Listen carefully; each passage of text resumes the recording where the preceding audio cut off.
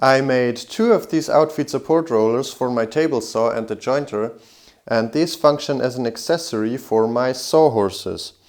And this gives them a number of advantages, mainly that they don't take up that much space, but also that they can not only be adjusted vertically, but also horizontally, which is important to me because the floor of this workshop is very uneven, but I still want to be able to adjust them into one plane with the tables of my machines. So all these really are is a piece of very strong PVC pipe suspended in a plywood frame.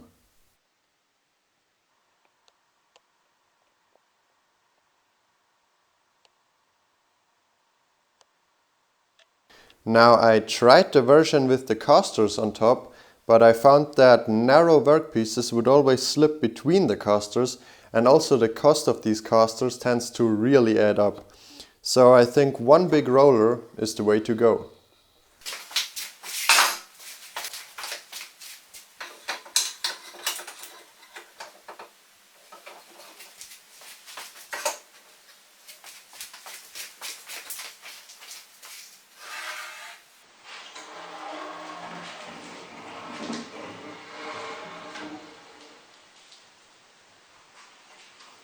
I made the end caps out of Baltic birch plywood because they will have to take up all the tilting forces when load is applied to the axles. So I made them out of decent material. I used a fly cutter at the drill press, but I think it goes without saying that there are other ways of cutting a disc.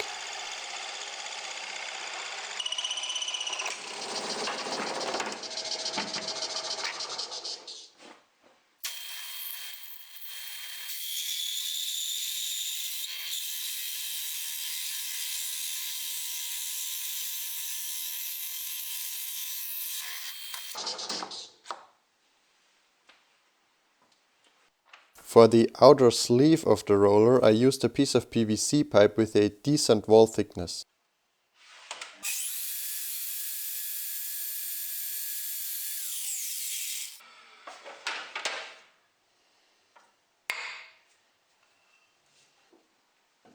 And the end caps ended up fitting snugly into the pipe.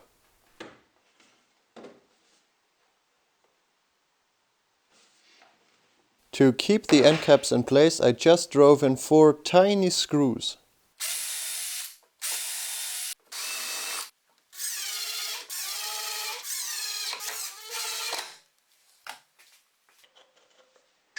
Sanding PVC often leaves these unsightly burrs, and I scraped those off using the X-Acto knife.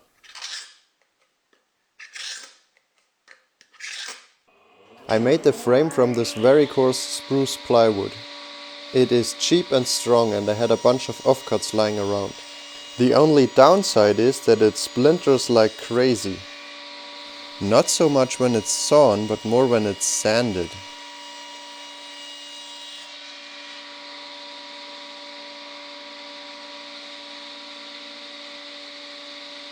This is gonna be the horizontal beam. I suppose I could have made it out of 3 layers and just leave out the space for the vertical brackets to form a mortise, but I prefer to cut the mortise at the table saw.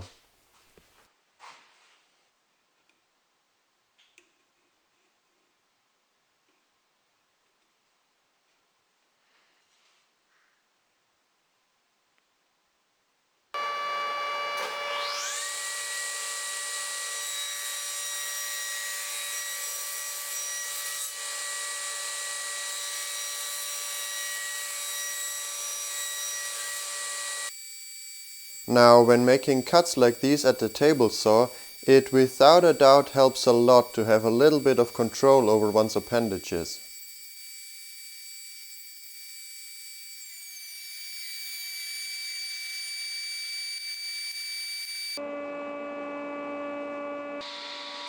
And now making the vertical brackets that are gonna be the matching tenons for the mortises.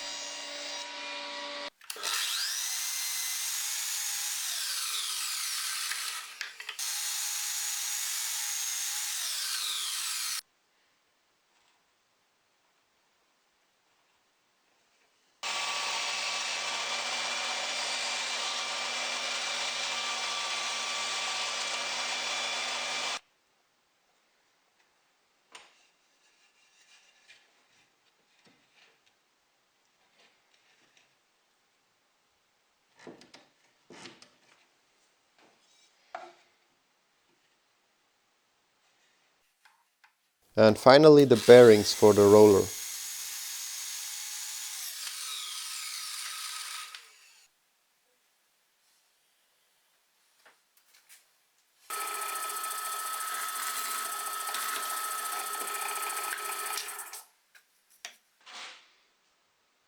I glued on the first one, then gave it 5 minutes to bind and then glued on the second one. This way I didn't have to cope with clamping up two thingies that are sliding all over the place at the same time.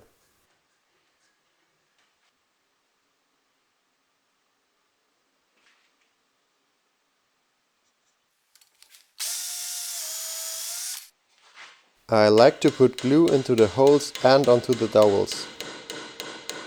Theoretically, the glue should rise in the flutes on the surface of the dowel and create a sufficient bond, but I'd rather not count on that.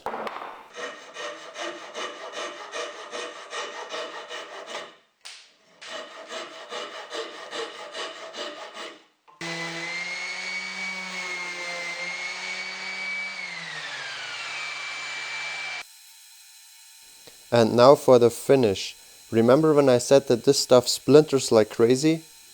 So what I do is I apply a heavy coat of finish and let it absorb into the surface to seal in all the splintering. And then I sand the piece for a smooth surface and apply a second coat. Applying a finish is often the most time-consuming part of a project. So if I had to do this quick, I'd just leave it unfinished.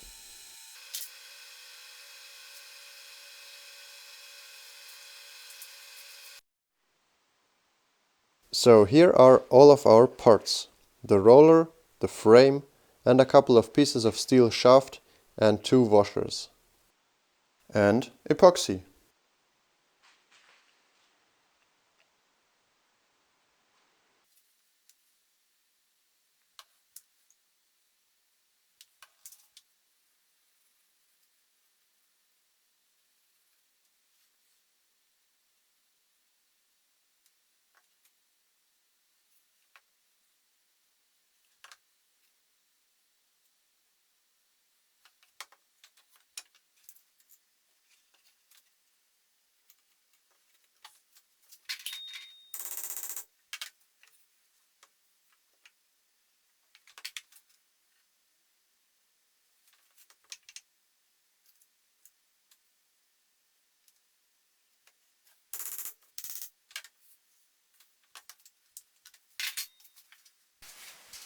Some people think that their stuff is in danger of sliding off of the support.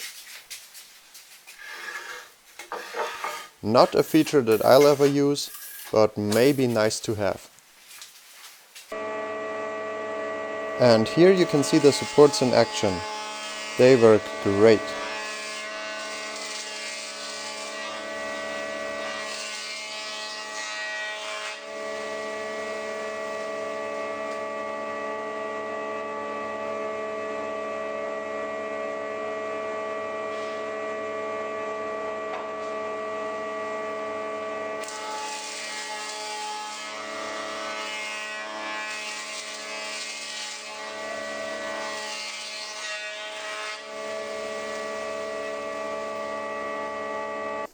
So there we have them.